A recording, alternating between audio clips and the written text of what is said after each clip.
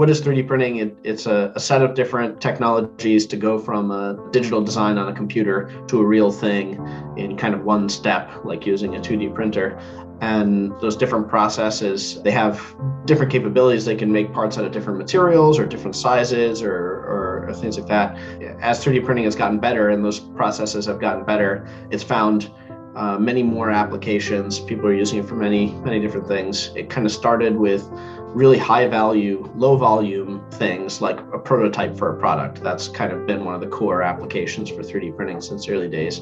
But as it's grown, it's found new applications. Healthcare is a really big one. For us, we have a lot of dental customers who are printing surgical guides and aligners and crowns and all these dental parts.